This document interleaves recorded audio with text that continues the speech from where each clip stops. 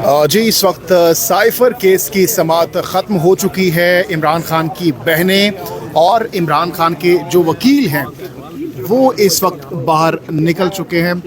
सलमान सफदर साहब जो हैं वो इस वक्त आ रहे हैं, उनसे हम पूछेंगे कि क्या कुछ आज की समाअत में हुआ। जी सलमान सफदर साहब बताइएगा आज। मैं अलीमा आपा के साथ ही आ जाता हूं। हाँ वो जी सलमान सफदर साहब, अब इमरान खान की जो बहनें हैं वो भी यहाँ पर मौजूद हैं, तो वो कह रहे हैं कि मैं उन्हीं के साथ ही टॉक करूँगा। तो आइए उनसे गुफ्तगू करते हैं, पूछते हैं कि अंदर आज क्या कुछ हुआ है।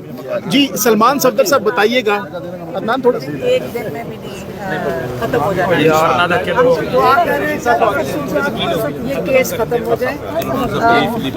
कहाँ से आ गए? देखिए, हमारे बहुत मुकम्मल दलाइल हम दे चुके हैं और बेंच बहुत सारे पॉइंट्स पर ऑलरेडी क्लियर है।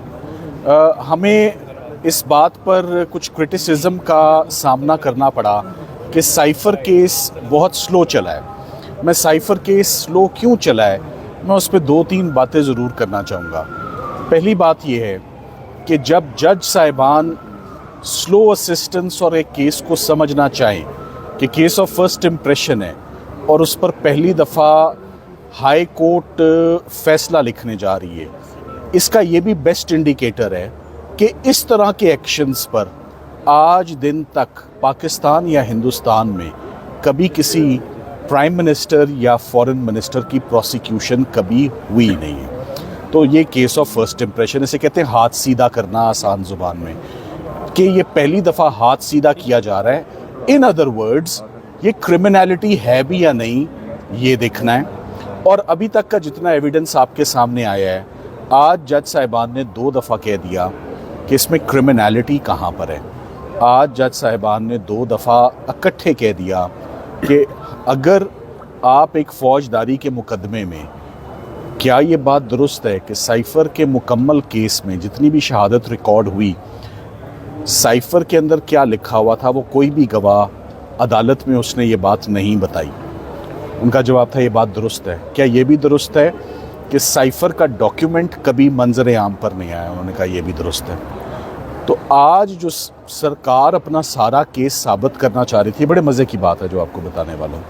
आज सरकार अपना सारा केस एक ऐसी किताब से बताना चाह रही थी जो किताब हमने मांगी तो उन्होंने कहा सीक्रेट है, आपको नहीं मिलेगी।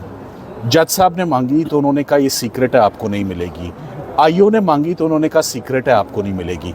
और तो और सबसे हैरानकुन बात थी, आप सब लोग वहाँ मौजूद थे जब सुप्रीम कोर्ट में हम इमरान खान साहब और शाह महमूद कुरैशी साहब की ज़मानत आर्ग्यू कर रहे थे, तो honourable mister justice Mansoor Ali Shah साहब ने कहा वो किताब तो दिखाएं जिससे सारे रूल्स गवर्न होते। तो सरकार के तीनों वकला ने जो पेश हुए, उन्होंने कहा सॉरी ये किताब हम आपको नहीं दे सकते, जिस पे जज साहिबान बहुत हैरान भी हुए, नाला भी हुए कि हमने ज़िंदगी में कभी ऐसा नहीं सुना कि हम कोई कानून मांगे, कोई इंस्ट्रक्शंस मांगे, कोई गवर्निंग लॉ मांगे और हमें ये कहा जाए कि आप ये नहीं देख सकते। सो जिस कानून को कोई देख नहीं सकता, उस कानून में जज साहिबान ने आज एक आहिस्ता आहिस्ता करते करते एक सवाल पूछा कि क्या ये बात दुरुस्त है कि आप इस केस में सज़ाए मौत मांगते रहे, और क्या ये बात दुरुस्त है कि जज साहब ने सज़ाए मौत तो नहीं, आपकी झोली में ठीक ठाक सज़ा जो है वो दे दी हुई है, 10-10 साल और 2-2 साल दे दी है। उन्होंने कहा ये बात दुरुस्त है। तो उन्होंने कहा ये आपने सज़ाएं ली हैं साइफ़र या उसके कंटेंट्स या किताब जिससे ये मुस्तफ़ीद हो सकते थे, उसको दिए या सामने लाए बग़ैर। तो ये आज 2 दफ़ा ये सुनने में आई बात कि जो भी शक होगा ना किसी भी पॉइंट का, उसका फ़ायदा मुल्ज़िमों को मिलता है और उन्हीं को मिलेगा। अभी सरकार ने अपने दलाइल जारी रखे हुए और लंबा कर लें, मैं पहले भी कहता हूँ सरकार ने ये मैच जीता था हमें बाहर फेंक कर। हमने कभी भी उनको बाहर फेंकने की बात नहीं की। हमने कहा आप उनको दिल खोल के सुन लें, हमें कोई जल्दी नहीं है। हमें जल्दी थी, हम चाहते थे ईद से पहले कोई अच्छी बात मिल जाए, नहीं मिली तो नहीं मिली, तो फिर अच्छा फ़ैसला ही लिखा जाए आने वाले टाइम के लिए, लोगों के लिए, वकला के लिए, स्टूडेंट्स के लिए, रहनुमाई हो कि ये साइफ़र क्या बला है। और आज जितना आराम आराम से सरकार अपने केस को पढ़ रही है, जितना ज़्यादा कानून को पढ़ रही है, उतनी गहरी जो है वो खड्डा उनके लिए खुदता जा रहा है जिसमें वो गिरते जा रहे हैं। कल का दिन अहम है, कल के दिन ये अपने आर्ग्यूमेंट्स को कंक्लूड करेंगे, वाइंड अप करेंगे। मगर साइफ़र का केस इम्पॉर्टेंट इसलिए था कि हमारी पहले दिन से एक हिकमत अमली होती है, और वो हिकमत अमली ये थी कि हमें किसी भी सूरत चौथी दफ़ा एक केस को दोबारा रिमांड नहीं करवाना।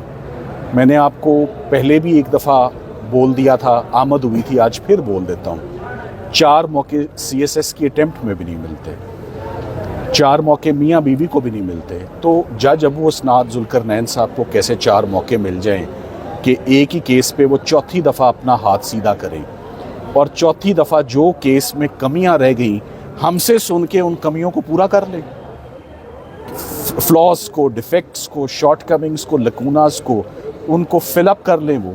सो जज साहिबान का ये बड़ा दुरुस्त फ़ैसला है कि वो इस केस को मेरिट्स पर डिसाइड करने वाले हैं, और ये अब फ़ैसला इसी हफ्ते आपको इंशाल्लाह सुनने में मिलेगा। और साइफ़र का केस मेरिट्स पर, अभी तक और जितने भी केसेस हैं मेरिट्स पर, ये खान साहब का पहला केस है। तो देख लेते हैं कि इमरान खान साहब ने कौन सा जुर्म किया है, शाह महमूद कुरैशी साहब ने कौन सा जुर्म किया है, बड़ा जुर्म किया है या छोटा किया है। उन्होंने तो सब लगाया है कि कहीं ना कोई दवाई तो लड़े ना।